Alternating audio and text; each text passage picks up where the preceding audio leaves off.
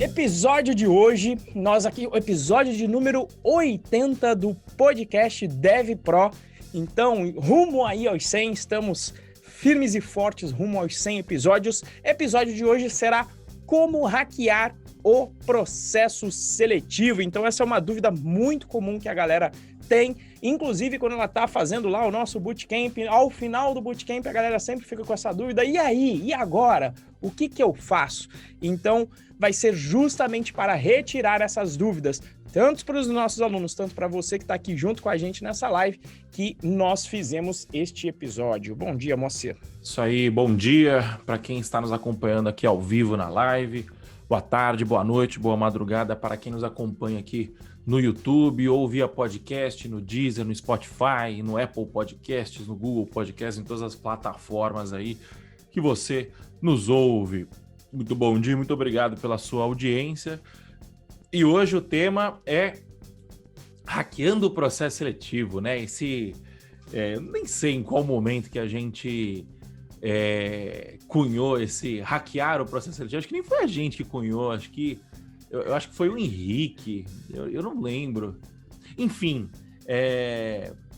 qual que é o lance, né, de hackear, né? Só dando uma introdução antes da gente entrar de fato nas perguntas, né? O lance do hacker, né? O hacker não é aquele cara que... Não é aquele cara necessariamente que faz um mal, que faz alguma coisa assim, né? Hackear é encontrar atalhos, né? Procurar formas que você diminua o seu esforço, aumentando o seu resultado, né? Você acha que a gente pode definir hacker assim? O ato de hackear assim? É isso, e uma mais técnica que eu ouço do pessoal que normalmente faz parte do Hacker Club é alguém que estuda um sistema de uma maneira tão profunda que ele consegue, inclusive, fazer aquele sistema fazer algo para o qual ele não estava... O seu design não foi feito para fazer aquilo. E isso, obviamente, pode ser para o mal, né? E aí é o que a turma, no termo mais específico, chama de cracker, mas pode ser para o bem também. E aí a cultura hacker tenta desmistificar que o hacker sempre... hackers invadiram.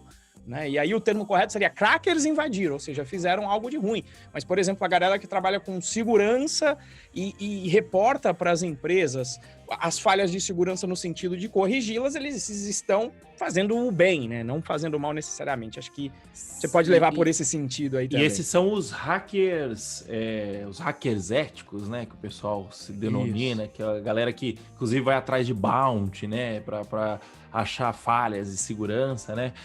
E como o Renzo falou, o hacker, ele é um cara que conhece um sistema de modo tão profundo a ponto de conseguir encontrar, vamos colocar brechas, né? Mas brechas no sentido de, tipo assim, encontrar alguns caminhos que ele não foi feito para fazer daquela forma, obviamente. E lembrando que o processo seletivo é um sistema, né?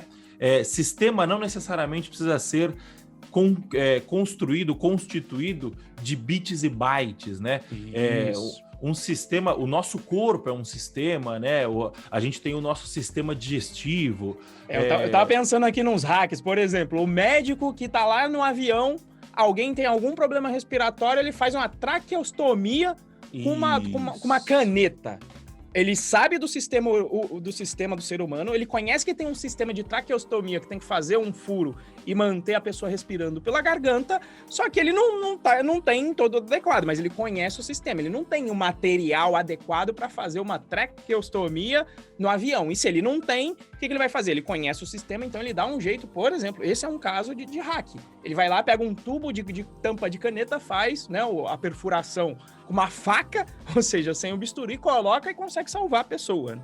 Então esse é um exemplo de hack aí. Então, a ideia aqui é a gente entender quais são os hacks que a gente pode usar no processo seletivo, no sistema de processo seletivo, fazendo o quê? Diminuindo o seu... Não diminuindo, né? Mas otimizando o seu esforço para você conquistar a sua vaga muito mais rápido. esse é o objetivo aqui do nosso episódio de hoje, né? Mas antes da gente entrar de fato no hackerismo da parada, responde para mim, Renzo, como que funciona um processo seletivo? Vamos conhecer primeiro o sistema do processo seletivo. Conta aí para mim, por favor. Perfeito. Isso que eu ia falar, justamente, não estava combinado, mas justamente isso que eu ia falar. Primeiro, antes de hackear, a gente tem que estudar o sistema um pouco mais a fundo, né? Bom, um processo seletivo, a grosso modo, eu posso dividi-lo em 4 partes, tá? A primeira delas é a primeira fase, que eu chamo aí de fase do currículo, mas a gente vai estudar essa fase aí hoje, tá? Então, a fase do currículo, que é quando você vai entrar em contato com a empresa. Então, formas de entrar em contato com a empresa seria esta primeira fase. Depois tem uma fase que eu brinco e eu a chamo de psicotécnico, né? Com o RH, uma entrevista com o RH. E eu chamo de psicotécnico porque ali é mais um bate-papo, não tem nada a ver com a questão técnica. A galera do RH vai querer saber um pouco mais sobre o seu perfil, entender as suas aspirações, entender se a cultura que você tem e que você deseja bate com a cultura da empresa. Eu chamo de psicotécnico porque é raro que você pare nessa fase. Tem que ter algo muito cabeludo aí, não ter um fit cultural muito grande para você não seguir essa fase. E um pequeno detalhe que eu faço aqui, quando a sua entrevista é para o exterior, normalmente essa fase, além de servir para essa análise, digamos, cultural, ela serve também para entender se você consegue se comunicar em inglês. Então é o psicotécnico /línguas. Essa é a segunda fase. Depois você tem uma terceira fase, que é a fase da avaliação técnica, que é a maneira com a qual a empresa vai avaliar o seu conhecimento técnico, ou que a gente costuma chamar aqui também de hard skill. Então, vai entender como que você se porta tecnicamente. E aí, aqui, às vezes, pode ter várias subfases dentro dessa fase aqui. Ela pode fazer isso através apenas de uma entrevista com o pessoal do quadro técnico. Ela pode fazer isso através de exercícios, de desafios técnicos que você vai ter que resolver. Às vezes, você pode fazer em uma plataforma, você depois pode fazer isso ao vivo, você pode depois fazer uma questão técnica na entrevista em si com alguém do próprio time que as pessoas estão pensando dentro da empresa que você vai entrar, e você pode, inclusive, fazer um projeto nessa fase também. Quais desses passos vão ter, varia de processo para processo, mas fatalmente você vai ser avaliado tecnicamente de alguma forma. E, por fim, vem a quarta e a última fase, que é a fase da resposta, em que a empresa vai te dar uma resposta e que, infelizmente, às vezes, algumas empresas simplesmente, na verdade, em qualquer uma dessas fases, algumas empresas simplesmente não te respondem. Pode acontecer ainda também. Não é uma coisa profissional, mas mesmo essa não resposta, eu já considero também que é uma resposta. Porque aí você imagina, bom, começaram um processo e não terminaram, será que as coisas estão bem? Será que a operação está pegando dentro da empresa, né? Então, o meu último parêntese sobre as fases é: encare o processo seletivo como uma via de mão dupla. Então, serve para a empresa te conhecer, mas serve também para você conhecer a empresa. Então, se preocupe em conhecer e, como eu falei, às vezes tem esses diagnósticos. Pô, a empresa não me mandou, falou que eu fiz a avaliação técnica e não me deu a resposta. Aí você já fala, bom, pelo jeito a galera lá não está muito preocupada com a fase da contratação. Será que vai ser legal eu trabalhar lá? Será que vai ser interessante? Será que é uma coisa pontual? Será que é uma coisa que sempre acontece? Então, são as perguntas suscetíveis, mas esse é o nosso sistema com essas 4 fases aqui. É isso aí, Moa. Já passou por essas fases aí também, meu querido? Faz tempo que talvez não, mas já deve ter passado no passado, né? Cara, eu fiz 2 processos seletivos, acho, na minha vida. Que foi quando meu primeiro estágio na Bireme, e em seguida eu fui para quando eu apliquei para uma vaga de desenvolvedor pleno. Eu devia ter uns 3 anos de programação, mais ou menos, de carreira, né? Não de programação. E aí eu apliquei para essa vaga de desenvolvedor pleno, e esse processo seletivo foi muito mais... Foi essa fase assim, acho que não teve o técnico, acho que eu simplesmente liberei o meu GitHub lá, porque na verdade eu tive uma, não é sorte, né? Tem uma característica no meu primeiro emprego, que tudo que a gente desenvolveu era open source. Então, o cara não precisou necessariamente ir lá e me testar, porque eu peguei e falei assim, ó, tá aqui os meus códigos, você entendeu? Que já é um hack, né? Que já é um hack, né? Isso, já é um hack se a gente parar pra pensar. Na época eu já estava hackeando o processo seletivo sem saber que eu estava hackeando o processo seletivo. Ó, o Alisson falando aqui que já fez um processo seletivo comigo, é isso aí.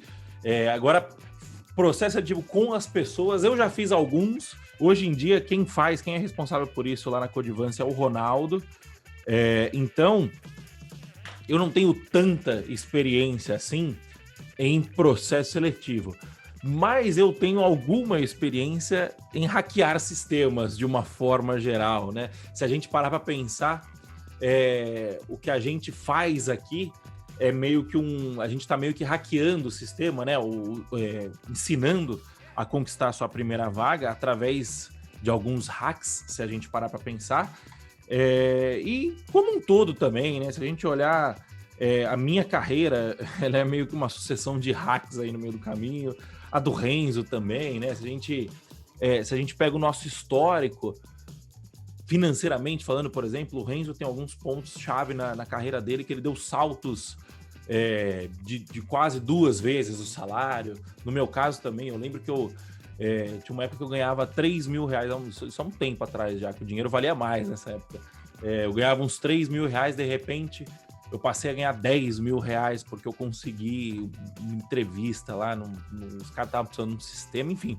Então, assim, a gente tem alguma experiência nesse lance de hackear, né? E a gente conhece muitas pessoas que são especialistas em hackear sistemas, né? Não sistemas... O Renzo até conhece a galera que é especialista em hackear sistema tecnológico, sistema feito de bit e byte, conhece mais do que eu, mas tanto eu quanto o Renzo, a gente conhece bastante gente que é especialista em hackear sistemas feitos de gente, né? Acho que a nossa grande inspiração nisso é o patrono da nossa turma e do nosso bootcamp que está acontecendo agora, que é o Henrique Bastos, né? Bom, beleza, mas antes da gente seguir, né? Primeiro eu vou fazer aquele breve jabazinho, né?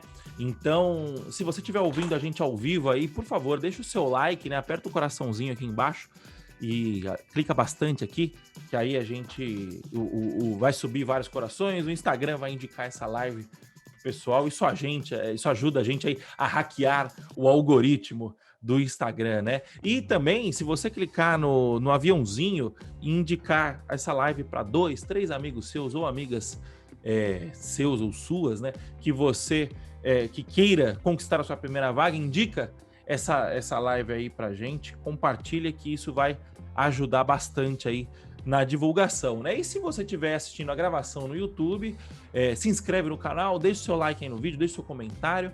E se você estiver ouvindo em alguma plataforma de podcasts, seja o Spotify, seja o Deezer, bate um print aí e marca o Renzo, @RenzoProBR, me marca @MoacirModa, posta no seu stories, né? E marca a gente, ajuda a compartilhar aí a palavra. E vem puxar papo aí com a gente. Eu tô abrindo umas caixinhas de perguntas quase que diariamente. O Renzo abre todo dia. E é isso. E deixa o seu review, lembrei também, tinha mais um. Deixa o seu review aí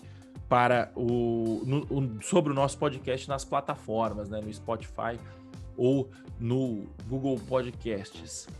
Voltando, jabá feito, voltando à nossa pauta, né? Beleza. A gente já entendeu como que funciona esse sistema, né? E quais são os pontos de atenção e, consequentemente, né, os pontos que permitem a nossa alavanca aí, a gente poder explorar esses pontos e poder otimizar o nosso trabalho. Quais são os pontos de atenção para um processo seletivo, Renzo? Vamos lá, né? Primeira coisa, né? A gente está falando de hack, de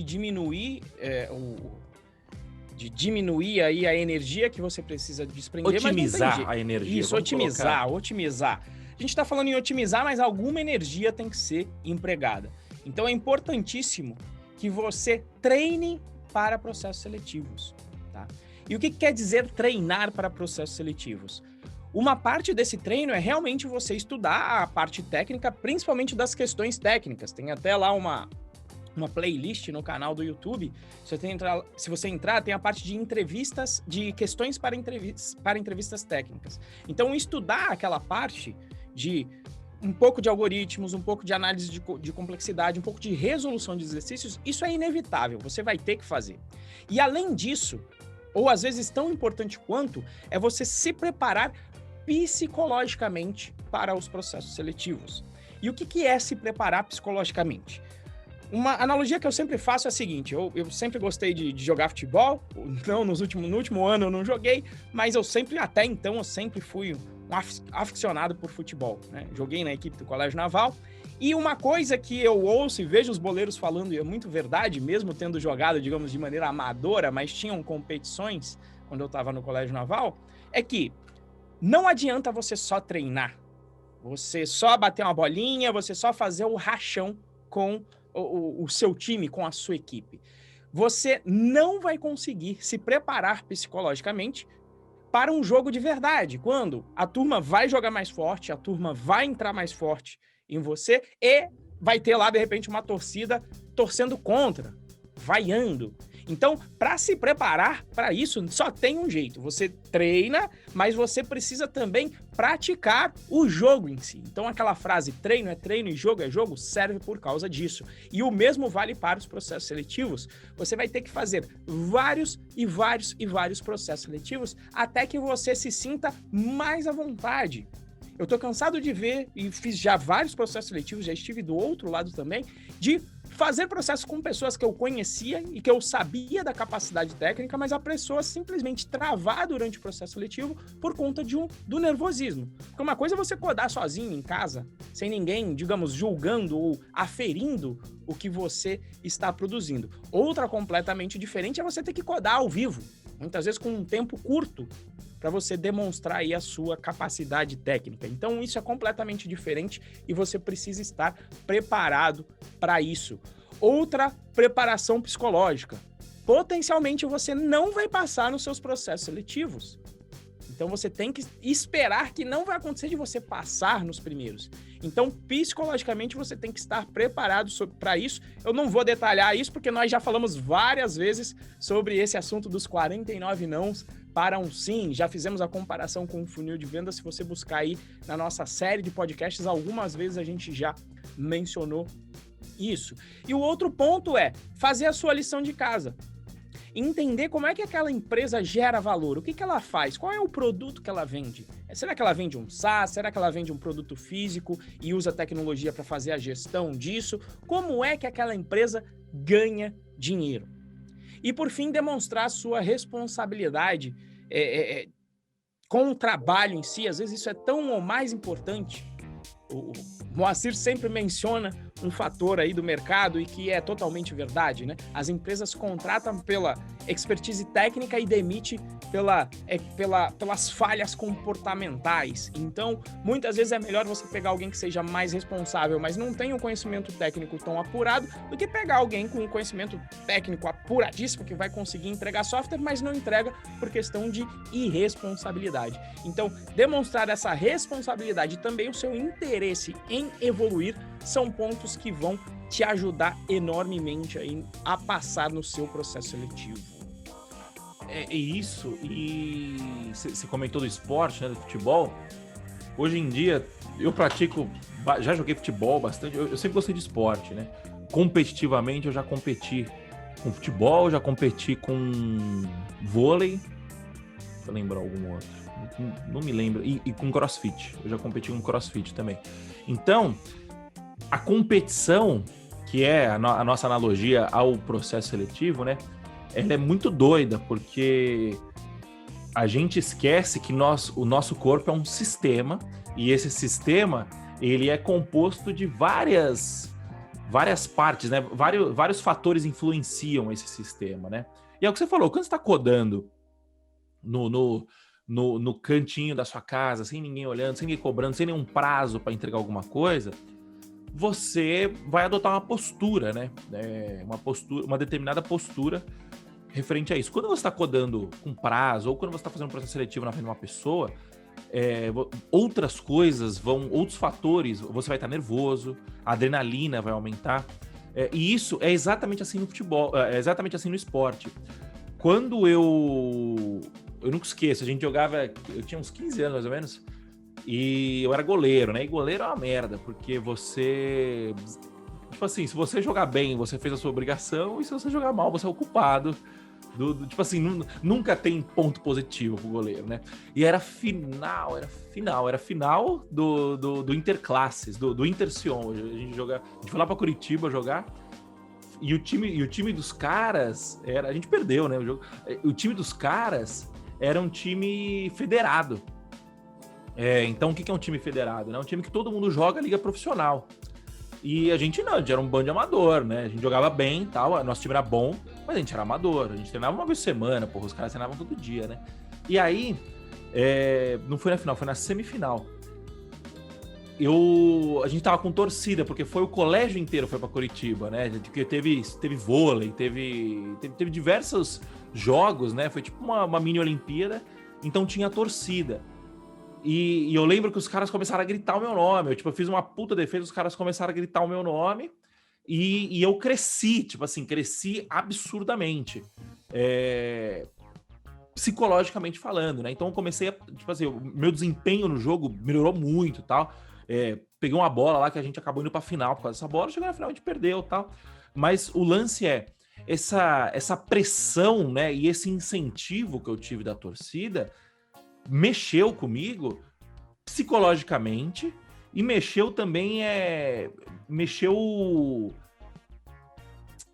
calma aí que desculpa, tá tocando meu celular aqui.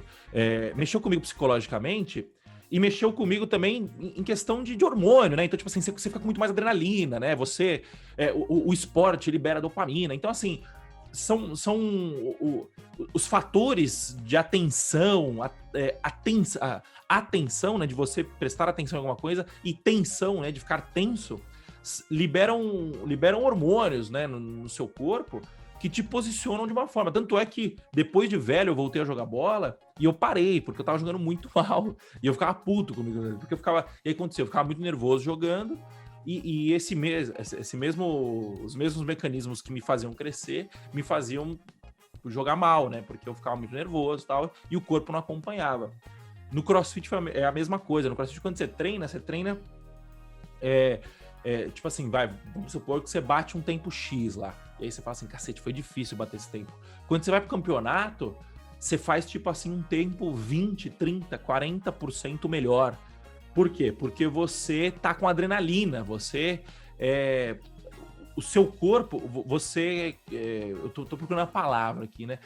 Você aumenta o seu limite, né? Dado as condições de pressão e tal.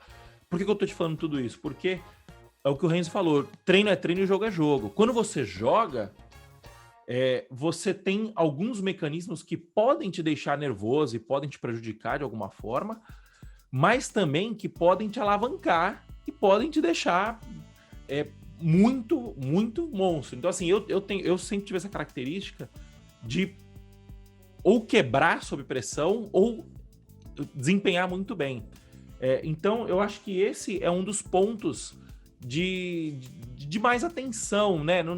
Sem queimar a pauta e já entrar como a gente hackeou o processo seletivo, mas acho que esse é um ponto muito importante que o Renzo falou. Eu acho que, dos pontos de atenção que o Renzo falou, acho que treinar é o mais importante. Treinar não, jogar, né? Treinar e jogar, né? Em participar do processo da vida real é o mais importante. Por quê? Porque você vai se acostumando com essa pressão, e quando você se acostuma, você consegue trazer ela para o nível positivo da parada, né? Para o lado positivo e não para o lado negativo, né? Você entendeu o que eu quis dizer? Eu fiquei muito prolixo. Tenta me dar uma força aí. Eu acho que é isso que o Moa falou. Acho que é questão psicológica. E muitas vezes eu já vi, assim... Toda vez quando a gente abre uma turma, eu sou muito claro. Eu vou lá e falo, olha, você não vai passar... Ou não é que você não vai. As chances de você passar nos seus primeiros processos seletivos é muito pequena. Eu deixo isso claro, por quê? Porque eu quero que a pessoa entre ciente, mas mais do que ela entrar ciente... de que ela entre para um processo seletivo preparada psicologicamente. E eu já vi essa quebra acontecer algumas vezes, comigo e com alunos. O Gabriel, que eu fiz até uma entrevista, se você procurar aí, é de técnico em mecânica programador. O Gabriel, ele estava ciente disso, e eu me lembro que quando ele foi fazer, ele estava no segundo processo seletivo dele, quebrou durante o processo seletivo, deu branco, e aí ele veio, né, falou, putz, Renzo, fiz um processo seletivo, fui super mal, tô desesperado, tal. Quando ele falou, tô desesperado, eu falei pra ele, ô Gabriel, mas em qual processo seletivo você tá? Eu não sabia, né? Ele falou, tô no segundo. Eu falei, meu amigo, só tá no início, se lembra lá atrás que eu te falei dos 49?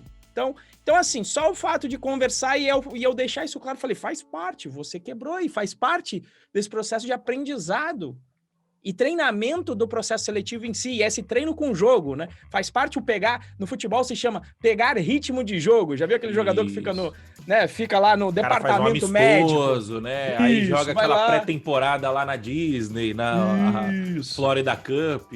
E pode ver que quando ele volta, raramente ele volta do departamento médico jogando bem como ele estava antes, porque tem essa aclimatação quase, esse costume com jogar, com casa cheia, com torcida. Então, acho que é esse aspecto que o Moacir estava explicando, que pelo menos eu entendi.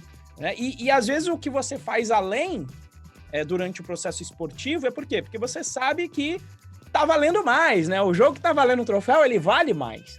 Então, é um exemplo de diferença no corpo.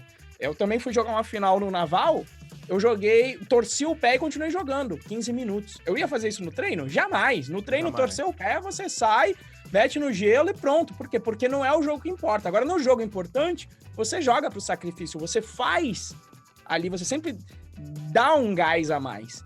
Né? E isso não vai ter como dar um gás a mais normalmente em um processo seletivo, vai depender muito do seu treinamento, mas normalmente você vai estar disposto a pelo menos demonstrar esse gás durante o processo seletivo.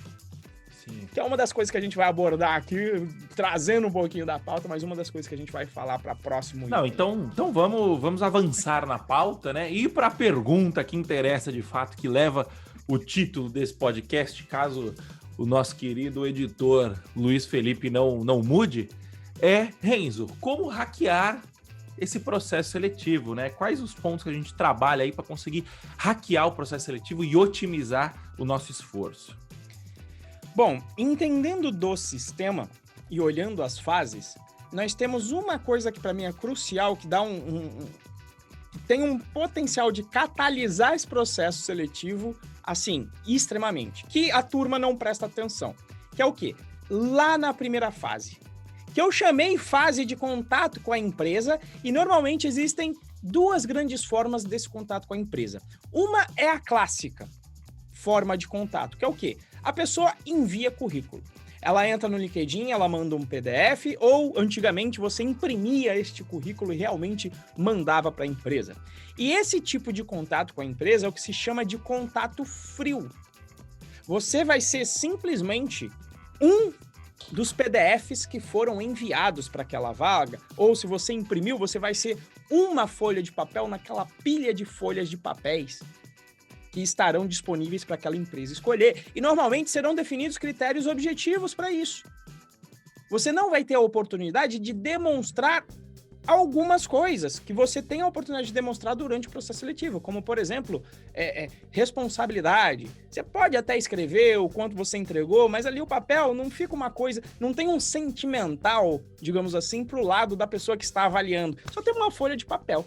Que às vezes a pessoa cria até um Excel para fazer a avaliação, que já elimina um monte, pronto, acabou. Então essa é a forma mais ineficiente de você conseguir uma vaga, é o envio de currículo. Funciona? Funciona, mas aí você vai ter que mandar, como fez um aluno nosso, o Fabrício, você vai ter que mandar 300 currículos para de repente conseguir chegar na segunda fase, que é a fase que eu chamei de psicotécnico, que é a entrevista com o RH, você vai ter que mandar uns 300 para conseguir 1, 2 entrevistas. Principalmente se é para sua primeira vaga, porque na sua primeira vaga não vai ter lá experiência, olha, não, essa pessoa aqui está experiente, chamou atenção no currículo, não vai ter isso. E vai ter muita gente que, como você, está procurando a primeira vaga. Então, se essa é a forma mais ineficiente, como é que eu hackeio? Como é que eu vou desprender menos energia para conseguir um resultado melhor e aumentar as minhas chances de ultrapassar esta primeira barreira no seu processo seletivo? E, na minha opinião, a melhor forma de você conseguir passar dessa primeira fase e aumentar as suas chances é através do bom e velho QI, ou seja, quem indica, através da sua rede de contatos. Como assim, Renzo? Como assim através da rede? O que acontece? Uma vaga, quando ela é aberta, a primeira forma com que a empresa vai tentar preencher aquela vaga é através de indicação das pessoas que trabalham na empresa. Por quê? Porque é muito mais barato para a empresa contratar dessa forma. Ela não precisa fazer todo esse processo de receber 300 mil currículos, avaliar uns 50, fazer entrevista com 50 pessoas, depois escolher mais 15 para ir para a entrevista técnica, e depois dessa entrevista técnica escolher uma ou duas pessoas. É um gasto de energia muito grande para a empresa. O que é muito mais simples para a empresa? Perguntar para quem já trabalha lá, para quem já conhece da cultura, se existem pessoas que elas consideram adequadas para trabalhar na empresa. E aqui existem várias razões, porque normalmente essa pessoa vai indicar alguém que ela já conheça e que ela já trabalhou. E potencialmente pode ser que tenha um fit cultural maior. A pessoa não vai indicar alguém sem responsabilidade, um responsável, porque por mais que eu mesmo faço isso, eu deixo muito claro, falo, olha, estou te indicando, mas passe esta pessoa pelo processo como um todo. Mas você, de certa forma, você está emprestando um pouco da sua autoridade, do reconhecimento que você possui naquela empresa quando você faz uma indicação. Então, de certa forma, você não vai indicar alguém que você não considera bom, e pode ser num sentido técnico, mas principalmente de responsabilidade. Até porque, de repente, aquela pessoa entra, ela vai estar no seu time. Se você não gostava das entregas dela com responsabilidade, você não vai querer ela trabalhando com você. Então, você não vai indicar. Então, é o processo de indicação. E aí, as pessoas às vezes bugam, né? Porque é o seguinte, não, mas Renzo, eu tô procurando minha primeira vaga, não é ninguém da área. E aí, como é que eu faço? E aí, esse é o hack. Você entende que você precisa fazer as conexões e você começa a ter o comportamento de criar ativamente essas conexões. Ou, como a turma gosta de dizer hoje em dia, ficar presente para isso, fazer isso de maneira intencional. E como que você faz isso de uma maneira intencional? Por exemplo, entrando nas comunidades de tecnologia. Pode ser o grupo do Telegram da Python Brasil, o grupo do Telegram da Django Brasil, o grupo do Telegram Galera Dev Pro, que é o nosso grupo público lá no curso, onde você vai começar a se relacionar com as pessoas. Você vai fazer daquele a sua plataforma para retirada de dúvidas, principalmente no início, mas depois você vai passar a ajudar as pessoas ali. E ajudando, você vai construir essas conexões. Até que alguém vai falar, nossa, eu conheço, aquele rapaz sempre responde lá no grupo da Django Brasil, que é um exemplo do nosso instrutor hoje, que é o Alisson, que estava aqui, inclusive agora, não sei se ainda continua, mas estava aqui, que vive respondendo no grupo da Django Brasil. E foi assim que ele conseguiu trabalhar com o Yuri, que é a pessoa que chamou ele para trabalhar agora na Buzer. Foi assim que eu chamei para ser instrutor da Python Pro, sem ter me enviado um currículo. Eu não sei nem qual é a faculdade que o Alisson se formou. Eu nem tenho o currículo do Alisson. Por quê? Porque ele já demonstrou por outras vias e estabeleceu a rede de contatos. E por isso, por conta dessa, digamos, autoridade que ele ganhou, por conta deste relacionamento que ele conseguiu muito aí na carreira dele. Várias coisas, né? Então, por isso você tem que investir em comunidade, investir em cursos. Essa é uma das razões dos alunos do nosso bootcamp, lá no nosso grupo privado, conseguirem um resultado muito mais rápido. Uma das. Por quê? Tá ali com a galera tá sempre postando vaga. Olha, recebi essa oportunidade, mas já estou com uma vaga e não vou poder preencher. Galera, tá aqui esta vaga para vocês. Eu vou indicar a vocês. Ou, a minha empresa está precisando de gente. Então, está aqui a vaga aqui presente. Esse foi o caso do Diego Maranhão, recebeu uma vaga lá dentro do curso. O caso do Rafinha, quando fez o seu processo seletivo. O caso do Marcos, que, nesse caso, a pessoa só postou a vaga dentro do nosso grupo público.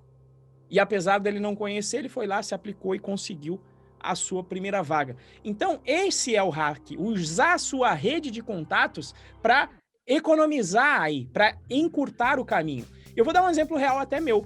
Eu me lembro que eu fui fazer o processo seletivo da empresa Olist.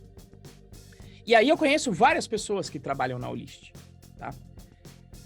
E aí eu vi o processo seletivo, eu já tinha inclusive ajudado um aluno durante o processo seletivo com um problema prático que eles tinham que resolver, que era um projeto. Só que o que acontece? Um projeto, ele te demanda tempo para fazer. Mesmo alguém experiente vai demorar pelo menos meio dia ou um dia inteiro para se fazer um projeto decente, com testes, com tudo que está previsto.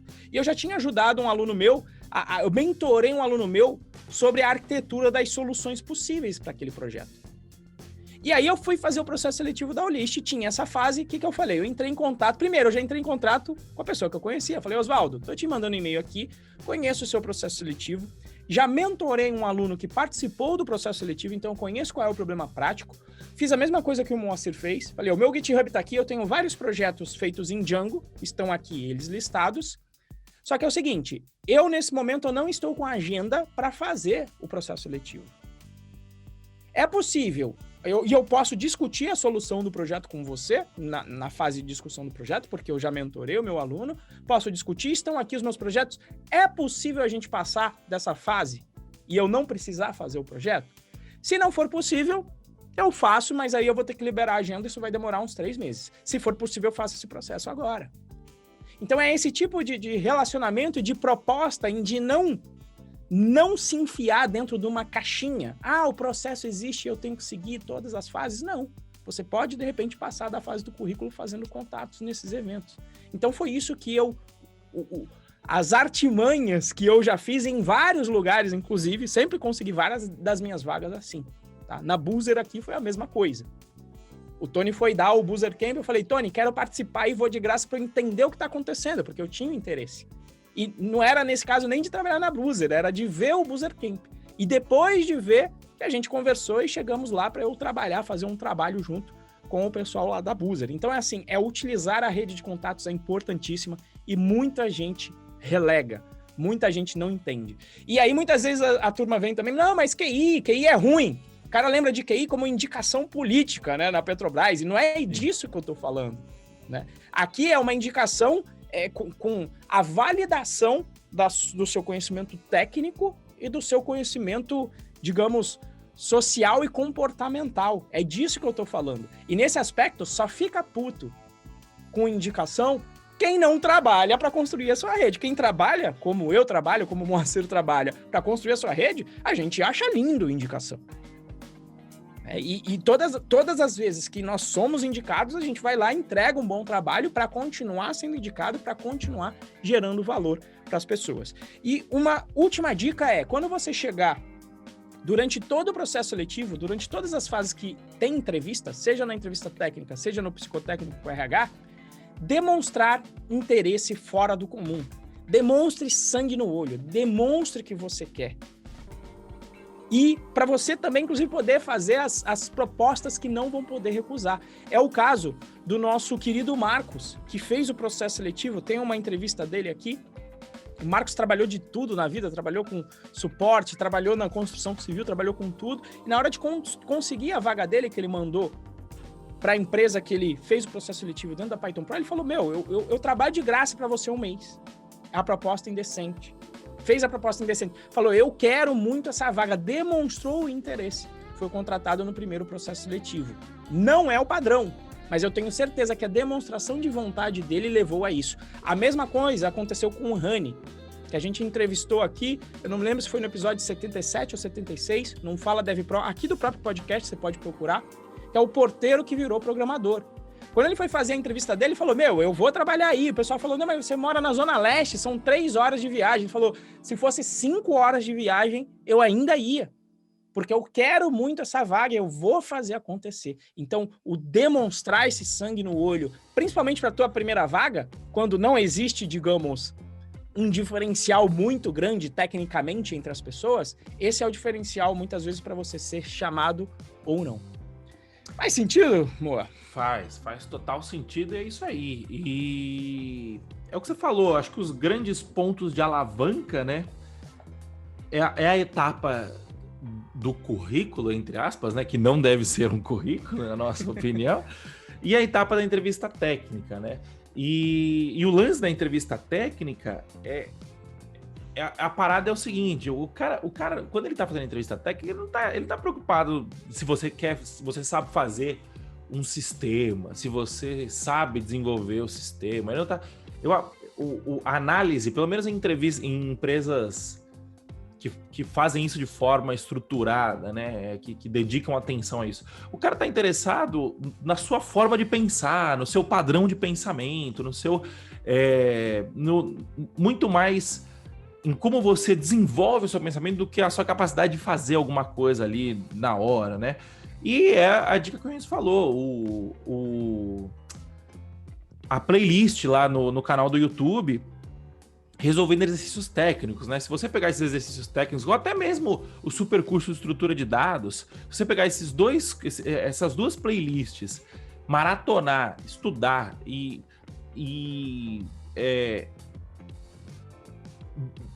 como que eu posso explicar, né? Como que eu posso dizer? Se você dominar o que está sendo explicado ali, que não é muito difícil, é muito mais uma questão de prática do que de você ser um puta cara inteligente, uma puta mulher inteligente.